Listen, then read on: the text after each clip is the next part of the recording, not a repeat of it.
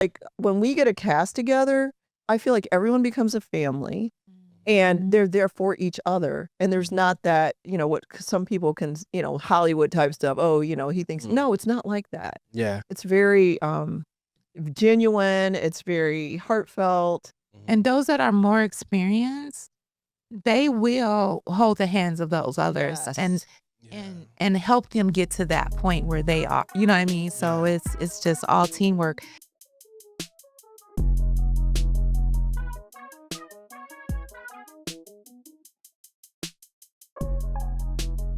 What's up, everybody? Welcome back to today's show. I have a very awesome episode for you. I'm going to swing the cameras over to this side and let them introduce themselves, and we're going to have an awesome conversation. Hello. Welcome back. Yeah. You've been here. I'm back. This is exciting. Yes. Tell the world who you are. Okay, I am Sonja Camille. I am a playwright. I write and produce as well and direct. Awesome. So, yeah, that's who I am. Awesome. And you brought a friend? I did. And this is my friend Pam. Introduce yourself, Pam. Hi, my name is Pam. So nice to be here talking with you, sharing what's happening in our lives. So Sonja and I have known each other for a very long time. We've worked together on so many plays and projects. I usually play the role of assistant director or producer, whatever you want to call it, coach. She's my brain. Yeah. So, we have such a great synergy. So I kind of know what she wants and she knows how to communicate well with me, and then I can pass it along to the cast or whatever, the set designer, all that kind of stuff. So kind of like her right-hand person. Are you there from the beginning of the inception process and then all the way? Well, where do you jump in at? I jump in probably like when the script is about done. Okay. She'll tell me her idea. She'll tell me what she's working on. Mm-hmm. And then she'll give me a script and we'll, run through it. And then both of us kind of feed off of each other as far as ideas for how to bring it to life. Yeah. And that's actually my favorite part is bringing the script to life, bringing it to a place where you feel like you're there experiencing. So we really work together well on how to get that feel across. I mean, it's visual, it's sound, is all these things, but the main thing is the emotion behind it. Yeah. And so I think that her scripts, Sonja's scripts there's always a lot of depth to them, a lot of meaning, a lot of, I would call, there's a lot of background that she brings to it. So we work together to help bring that like completely out, especially on this show. This show's really important. And I trust Pam so much. Mm-hmm. I really trust her. It's like, because when you have a script, when I'm writing, it's my baby, right? So you want to be able to trust someone with your baby. Yeah. And so for me to have that trust is such a blessing, because everybody don't have that. Mm-hmm. So when my first draft, I flesh it out and she'll read it and come back with some feedback. And I'm like, yeah, you're right. So it's real cool. Yeah. Real cool. That's incredible. So I write, I have ideas and screenplays and stuff, and I'll call up Iron and I'll be like, yo. That's cool, yeah. Yeah, I'll be like, hey, I got this idea. And I'll pitch it to him, right? And he just starts pulling it apart a little bit. He's like, all right, what would make the character do that? Yeah. Why do they care about that? And then, that critique process, right? What's that critique process like for you guys? Yeah.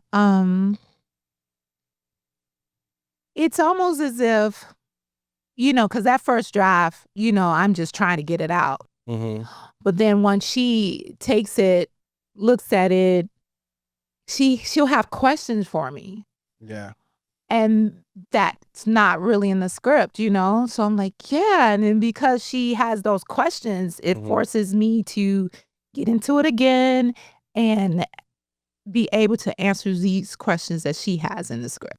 Yeah. So is it because you did say it's your baby, so does it a little bit hard to like It's not with Pam because we've worked together for so many years. And like I said, because that trust is there, I don't get offended. I don't get, oh, yeah, well, no, I don't think so. But of course, we don't always agree. Because sometimes once I give her my reasoning for doing certain things, she'll be like, yeah, you're right. I can go with that. I can go with that. And she will have lots of questions. And it's good for that writer to have those answers. And if you don't have those answers, then it's something you need to like sit back and like, let me try to come up with these answers, because she's not the only one that's going to have these answers. I mean, these questions. So because I trust her, we're just such a team. Yeah. And it's really kind of, it's amazing because it is my baby. I don't just, because a writer can get offended. Yeah. Like, what do I think a writer know what I'm doing. You're right. But I think the offense comes from feeling like it's personal. And you don't take it that way at all. It's all about the script. It's all about the message. It's all about how to communicate something in a way where people really feel it, understand it, and take something home. And so we have worked together for a very long time, I would say decades. And I helped her with her very first production, that, stage production. Oh, wow. And like I said, it was a long time ago. But even from that point, like we just always had this understanding and synergy. And like we've never, ever had an argument. We've never, ever been offended by the other person in all of these years because we just really understand each other. We understand and we trust each other. Like I love her vision. I really trust her when she says, I this is how I want to be. And I'm like, you're right. It needs to be that way. Or if I see a difference, I'll say, hey, have you ever thought about this? Like she said earlier. And we just really work together well. And so sometimes we get so excited when we're working on a script and trying to flesh it out. And she'll have an idea and I'll have an idea. And then we'll just get giddy. We're like, oh my gosh, that's an awesome idea. Like, that's going to be so cool. And then when we tell the cast, like we come with, we were talking about, we think you should do it this way or say this way. And then they're like, oh yeah, that makes sense. It's like, it just all comes together. I think the thing that really, to me, it's just like a trust and an admiration, mutual admiration for each other. Yeah. And then we bring that to the cast and then they have that same trust and mutual admiration for each other's gifts and no competition. Like we've talked about that. I love that. Like when we get a cast together, I feel like everyone becomes a family. And they're there for each other. And there's not that, what some people can, Hollywood type stuff. Oh, he thinks, no, it's not like that. Yeah. It's very genuine. It's very heartfelt.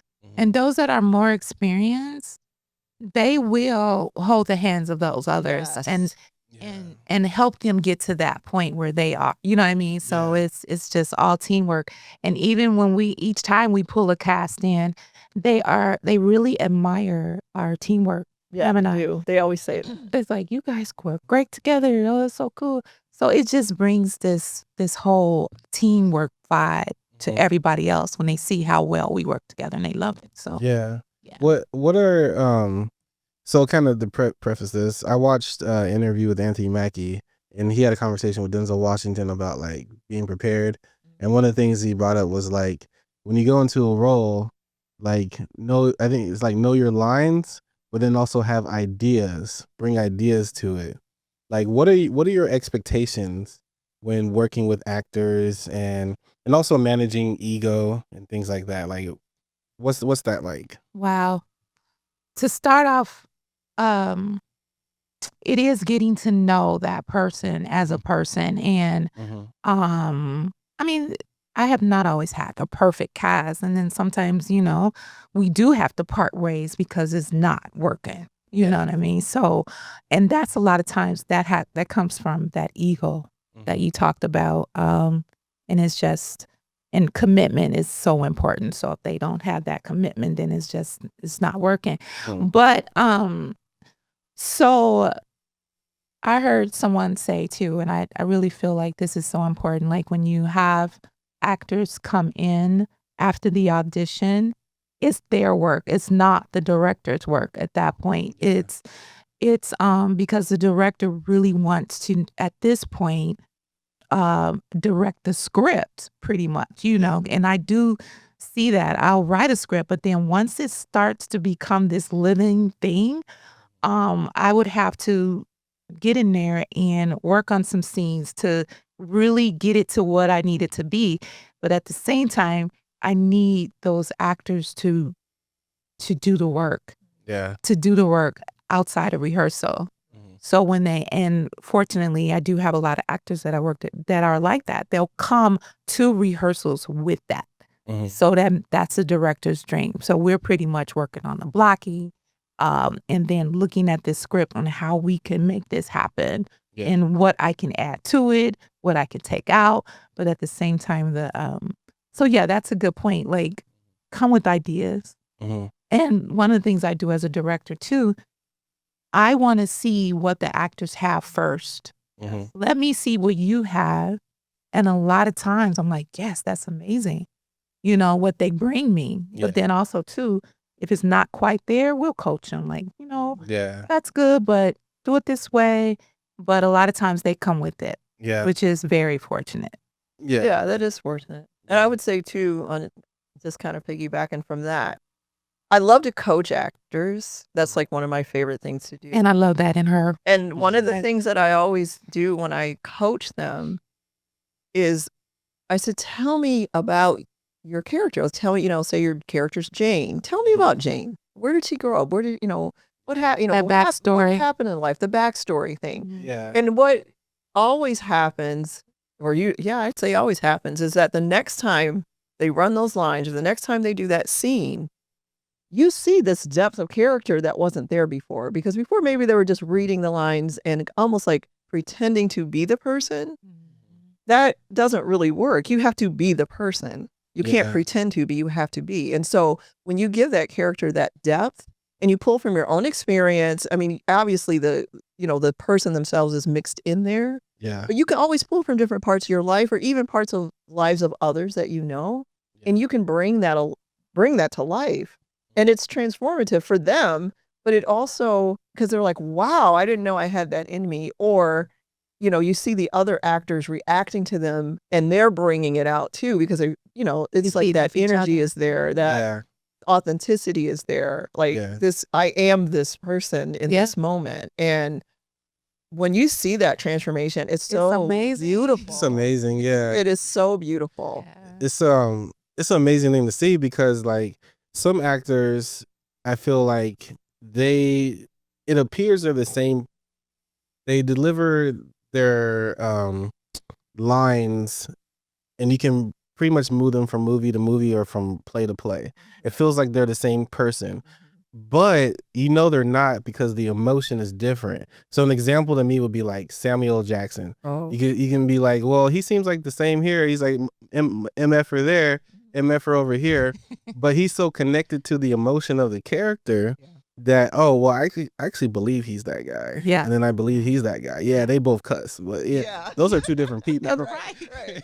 Yeah, and then you have like a Daniel Day-Lewis that's like completely. Oh wait, he actually is like a different being. Yeah, right, like a whole different like different voice, different motions, and you know what I mean. So I like seeing the different acting styles that people have. Yeah. And there was just one quick example, even from last night after our rehearsal. We had someone mention that he feels like he wants to stay safe where he doesn't overdo it. And we're like, no, overdo it first because we feel like he's holding back and that's hindering him. Yeah. And he's not giving me exactly what I want. Yeah. So when he brought that up at the end of our rehearsal, I was like, no, overdo it. Yeah. Because what did you say? I said to him, I said, no, I said, overdo it, push past the boundary. I said, we can always pull you back. Yeah. We can't pull you back from if you're not giving enough. Going too far. Yeah. Yeah. So if you go a little bit too far, it's really okay because what you're doing is you're exploring the boundaries of that character. You're exploring the ends of it, far, right, left, up, down, whatever, if you think of it like a street, just all the dimensions, right? We can always shrink it down a little bit, but I can't force you to push it out. And so in that pushing the boundaries where you learn the character. You learn who you are. You develop that person, and then you set their boundaries. You set their, you know what I'm saying? Yeah. And it's I feel like, because I have acted before, obviously, well, not obviously, but I have acted a lot in my life, started as a kid, right? And one of the things that I always loved about creating a character is finding the boundaries, like finding the edges. And then if there's a part where they have to go further than the edge, the audience knows it. Oh, they pushed her too far, because you already have your boundary set. And then the audience notices when you pass by, or when you pull back. Like, oh, she probably could have said something different, but she pulled back on that, because they're understanding the character too. Yeah. And so when you can bring that fullness, that roundness, that top to bottom, back to front, you know, that whole. And don't be afraid to. And don't be afraid. It creates this, what I call, that's what the magic of theater is. It creates this magic, and it suspends your belief, and you believe this person is who they say they are. You believe that they have done what they supposed, you know, what they're supposed to do. And yeah, it's, to me, that's the best. Magic. Create magic. Yeah. That's the magic in it. And, you know, I love that you have them push past their limits to the limits, and then as directors, you bring them back in. Like, we saw what we can do with this role, with this idea, and now as a director, we're going to just bring it back a notch, or maybe there's something else we can do with that and put a little twist on it. So I love that. What drew you, I guess we'll start with you. What drew you into directing? Like, did it start with writing first, or how did you get into being a director? Well, the love is the writing part of it. Getting a story and the way it just evolves, like from a conversation. And then we can get into how I got to El Dorado's goal, but it's the writing of it first. And creating these people, even based off a story someone told, and then I could go from there and just write a whole script from it. It's just, that process is so rewarding for me. So I got into the directing part of it because I'm like, I could do that too. I don't have to wait on anybody else or try to find somebody to direct this for me. I'm going to do that too.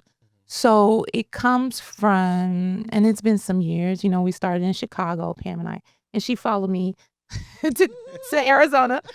I mean, like, accidentally. So it wasn't like, really accidentally. It wasn't like we talked about it. Like, yeah, you need to come here with me. So that's a whole other story. But, and yeah, so it's like, I got to do this myself. If I want my story seen, if I want to get it out there, if I know my story better than anybody else, I have to direct it myself.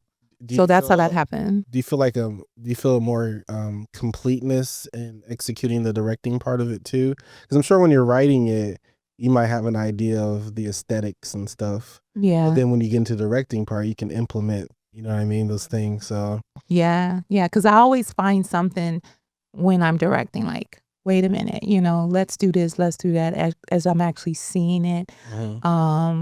So that freedom is important too. It's not that, you know, I won't eventually give it over to someone else to direct. In fact, I would probably love that, because I can concentrate more on the writing part. But right now, because, you know, they're my babies. You got someone right here. Yeah, that's what I'm saying. It's like, so and then something you say that, because I feel like, because I trust her so much, that I can sit back and work on the business part of Simply Living Productions while she does that part that she does. And I feel like the job is still being done, because, like I said earlier, she is my brain. She knows what I'm thinking. She knows what I would want. I do. So, you know, so it's like, But we've always been connected like that, like from decades ago. Oh, wow. Like, there was just this understanding. And I remember, like, when she first wanted to do her first stage play, and it happened to be at a theater that I had been a part of a theater troupe there from a child, right? Now we're adults. And I said, it's a great theater. I think, the people there are wonderful. She, Yeah, it was such. She had ideas about a set, and I said, well, listen, make it a little more simplistic, and we did. And it was like I was able to realize, I guess, that I had learned more than I thought, by helping her, because as she started sharing her vision, I said, oh, now I see how we could turn it this way or that way or whatever. And it was from the very first production, I just felt like there was such a synergy there. Yeah.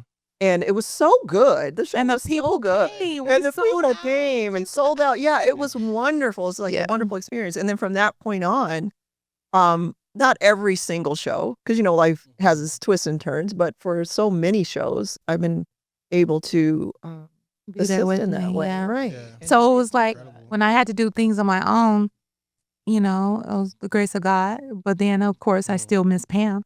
But now that she's here, I know. Yeah. We even did some virtual stuff when I was still back home and during the pandemic. I said I can bring Pam in. We were all on Zoom before she moved. Yeah. Wow. So that was my way of bringing her back in. How long have you been in Arizona?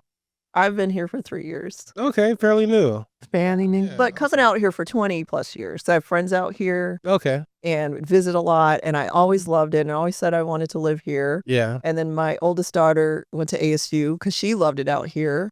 Yeah. And after she graduated and came home, she decided, I'm going back. Yeah. So she came back and we're like, well, we're going too. So here we are. So the heat wasn't shocking to you. You are. No, I have lived through so many, I won't say how many, Chicago winters. Okay. Okay. And my whole saying is, I will take an Arizona summer over a Chicago winter. Absolutely. Same here. Yeah. Once that wind hits you and your nose is burning and your ears are burning and your soul is burning. Your soul's frozen. Like, what is this feeling? It does not feel well. Right. So, your play. Let's talk about the play that you have going on. I'm so excited. Yes. Yeah. Tell people about it. Okay, it's called El Dorado's Gold, and my thing is, I know it's trending now. Black cowboys, country western, it's trending, but it's a lifestyle, and it's just amazing how 2 years ago, even before. I mean, it was on the edge, the Black Rodeo USA, was building momentum. And in fact, that's how I was inspired, because I met some real Black cowboys at the Black Rodeo USA and started going to some of their parties and get-togethers and things like that, meeting them and getting to know them. So I was like, I got to write a play about this. So it took a couple of years to get to this point to actually produce it. But now I'm like, man, it's all over. Everybody's doing boots on the ground, line dancing, and very popular. Doing the trail rides, and so it's becoming more and more popular. Let's just say that.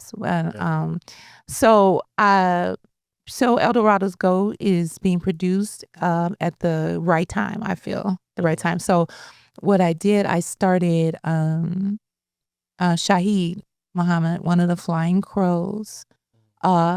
He opened the door for me to visit the ranch and speak with. He would tell me like who I should talk to. Like, so I was getting inspired by everybody at this point, and they invited me into their world. And just gave me stories, things like that, and their lives, things about their lives. And then, of course, El Dorado's Gold is a work of fiction, but I had to put the drama in there, the conflict, and however, I can see some of those actual people, ranch hands, the cowboys that I spoke to in some of my characters. Oh, wow. And then after I finished the script, I let Shahid look at it, and and I was like, oh, I hope he likes it, because I wanted to remain authentic, and give it justice. And so once he said he liked it, it's in his own laid back way. I like it. I was like, okay, good. And he didn't show excitement, but I know by me spending time, like he wouldn't endorse it. He wouldn't say it if he was not on board with it. So ever since then, So we visited the whole cast, visited the awesome. ranch a couple of weeks ago, and they got to meet some of the real people and who they are portraying, and for us to have that connection because they welcomed us, and we had the photo shoot, and we met horses, and Some people even rode. yeah. So they were The cast. experiencing what I had experienced, and just hearing the stories, and so they will be there. The Flying Crows will be there from the Night Ranch. So everybody's excited. Can you give us a little bit about a synopsis of what it's about? Yeah, without telling too much. Yeah. Yeah, so it's based on the Callahan. Oh, hold on. Just push in a little bomb. They bumped a little bit. Push that in. I say something. Testing. Or back in business. Okay. So it's about the Callahan family, who own a ranch, and that's what they do. The lifestyle of raising horses, selling horses, breeding horses, and just that their lives. However, Tucker Callahan, who is the main character, he leaves the family for 2 years to join the white rodeo. Okay. So, but there are so many reasons why he did that to lead up to him leaving, but he comes back home 2 years later to make amends with his family that he feels he has betrayed because he didn't face certain issues. Yeah. And you have to see the play to know what these issues are. Yeah. Just to make it right. Yeah. So he receives from his mom, who's played by Candace Claiborne. She's amazing. She gives him these letters that she's been saving to give him from his great-grandfather.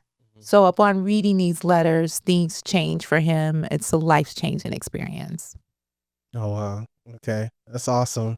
We said it's becoming popular, but also look at it as like it's getting more exposure. Yes. These things were already there, right? Yes. They're already there. Yes. The cowboy culture, the farmer culture, it was already things that we're just putting, a view on it now. Yeah, exactly. It's more exposure thanks to social media and thanks for these events. And they do exist. And that was part of me wanting to tell this story. This is part of our culture. Yeah. They are out here for real. And, and these are some of the things that I bring up in the script, the historical part of it and how we got the name Cowboys. And how our faces were taken away from these Hollywood stories based on, real Black cowboys, but the faces changed. So I just wanted to enlighten, and I wanted to just pretty much let people know the real deal. That we are country. We are country, and it's just coming. It's at the right time. It's at exposure at the right time. Absolutely. Yeah. Thank you for writing that story. Thank you for telling those narratives and those stories there. Let people know where to buy tickets, how they can buy tickets, and just if you have like an FAQ or something about it, just kind of let people know. Yeah. So the show, I call it an experience. Yeah. The experience is going to happen on April 19th. At the Phoenix Center for the Arts. And you can buy tickets at Eventbrite. Okay. It's fairly simple. You just go to eventbrite.com, look up El Dorado's Gold, and that way you can purchase your tickets that way. And tickets are selling now. So you want to get on board. Okay. So awesome. For this experience. Yeah. Beautiful. I'm going to post the link, everybody, down here in the description. Make sure you click on that link to get your ticket. Please support it. This is an awesome production. All of her productions are amazing, really creative and beautiful stories. So please come out and support it. Anything else you guys got going on that you want to let people know about? Yeah. Besides being here with you, Fleek, thank you for this opportunity. We have things pretty much coming up. We still have our Wear Sapphire Blue mystery dinner that we do. Yeah. It's just it has been put on pause for us to tackle this story. But we do a dinner show. We're Sapphire Blue that has been successful for 3 years, going on 3 years. Oh, wow. Yeah, we went to LA with this show. We've done it at various venues here in Arizona. The Helen K. Basin Theater, which houses the Black Theater Troupe. We've done it at the Arizona Broadway Theater. So that's still an ongoing show. People come and eat. Oh, we've done it at Lush as well. So people come and eat, and guess who done it? So that's a really good show. Fun show. Yeah, it's a really fun show. And then we will be doing Whispers of Freedom again, which is based on the story of Juneteenth. Okay. And we did that last year at the Queen Creek Juneteenth Festival. So we will be doing that again. But it's still in the air, like all the plans. So we'll get that. You will help us get that information out. For it's called Whispers of Freedom. Great story. Had people crying. So yeah. Wow. So yeah, we're doing it. Okay. Yeah. Awesome. And you have anything going on? Basically what I have going on is assisting with all of the shows that she just told you about. Yeah. So Of course, we have our lives. We're both. Oh, yeah. But this is the fun stuff. this is the way fun stuff. Yeah. Way Of fun course. stuff. Yeah. But yeah, so I do this because I love it. Yes. I got my day job, which is boring, but it's fine. I appreciate it. Yeah. Pays the bills. Pays the bills, right? But this is my passion, and I really see it growing and evolving, and I know that there's more down the road. I think eventually we're going to look into film and some other things. So it's like it's just you just feel like you're on the right train, headed on the right track to the right destination. That's what it feels like. Yeah. So Awesome. yeah. Well, thank you guys for coming on the show today. Thanks for I having really look us. forward to watching your latest production, and I really appreciate it. Yeah, we want you there. I'm gonna be there. See, okay, good. April 19th. April 19th. I'm already there. Saturday. Okay. Yes. Yes. I'll be there. Thank you guys. Welcome.